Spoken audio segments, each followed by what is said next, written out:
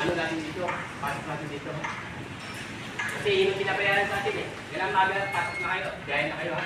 Kaya akin sabi ko may pwede kayo mag-stay dito. Kaya nga may movement yan. Yung tinanggal, 9 yun. O 9 lang kayo. Ha? Hindi si 9 yung tinanggal. 9 lang kayo, di may sapupan sobra. Ang inaano natin dito, 26. Hinahon natin yung deadline. Pagkapos yung loob, pagkapos yung loob, doon tayo pagkapos. Ang inaano dito yung pag-umulan, yun lang lagi yung nireklamo dito eh. Ayaw nito ba yung iba? Kaya sinasabihan ko yung iba, pagdating na alas 7, kapapit ko na sila sir. Kung ano yung ginagawa, baka mamay mabigyan na kumakain na. Hindi ko yung ginagawa yun. Hindi ko lang yung ito.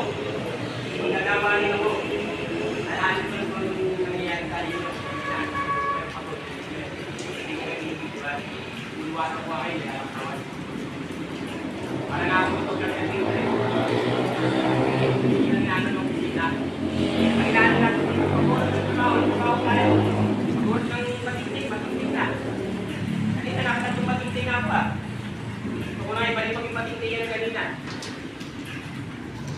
Yeah, yung mga. Ako na nakikiusap sa inyo, huli pakiusap ko na to.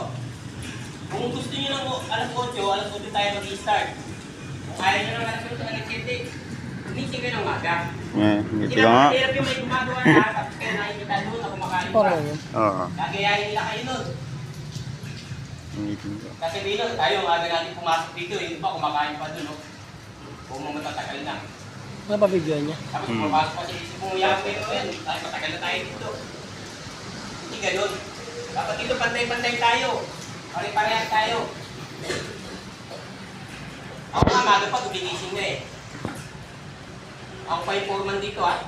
Maga pa ako, gumigising nga. Naliligo kami dito. Yung foreman doon, maga nagigising. Foreman siren. Yung foreman ng welder.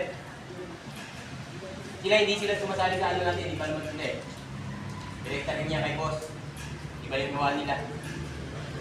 Hindi niya kaya tayong division. Division nila yung welder sa ating division natin dito sa architectural. Yun ang inaano natin dito.